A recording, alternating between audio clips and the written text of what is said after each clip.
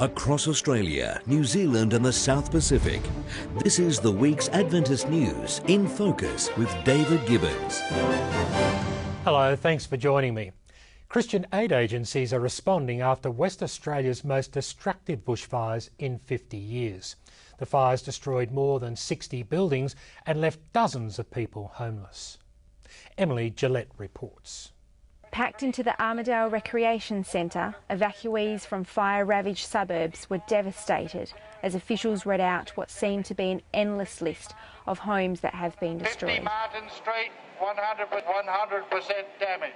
The fire was coming up here pretty quickly, and it was a question of, do we go? Well, I have my wife with me, and I said, no, darling, we're off, we're going. The Adventist Development and Relief Agency has swung into action after the state government has activated emergency management protocols. We've housed a number of families in emergency accommodation and now looking for longer term accommodation for them.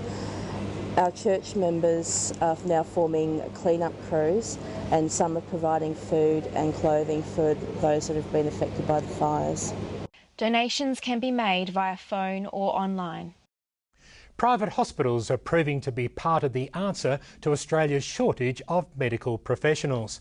2011 sees the first group of medical students begin their training at the Sydney Adventist Hospital, the largest not-for-profit private hospital in New South Wales. It has an excellent reputation, and it's really nice to see that it's strengthening its ties with Sydney University. Also, as a fairly local person, it's really nice having a hospital where I've had family members attend to be able to train at. The clinical school has been established together with the University of Sydney School of Medicine. $1.75 million of funding from the federal government has made the initiative possible.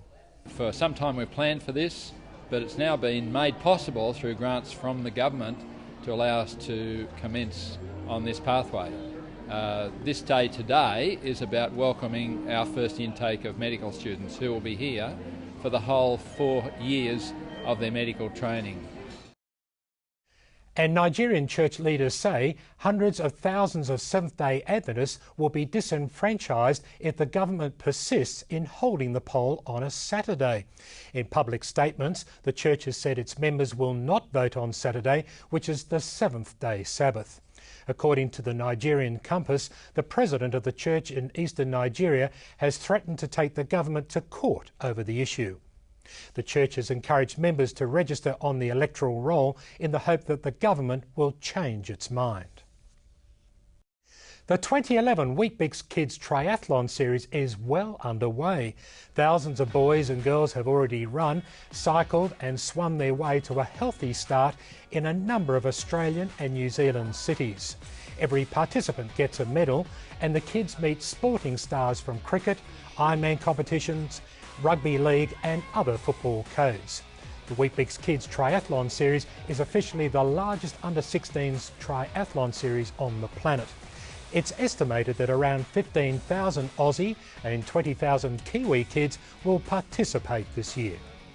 Registrations are still open for the remaining cities. And in this week's record, the front cover story features King of the Road Carl Tafe, who walked the length of New Zealand for suicide prevention awareness. World President Pastor Ted Wilson shares a Bible study and praise with the Prime Minister of Papua New Guinea. And Adventists to reveal talent at an arts festival at Avondale in March. Well, that's the news for this week. Don't forget, you can see the full half hour of Record in Focus on Hope Channel, the Australian Christian channel on Pay TV, channel 182, and online at infocus.org.au. Thanks for your company. I'm David Gibbons. See you next week. God bless.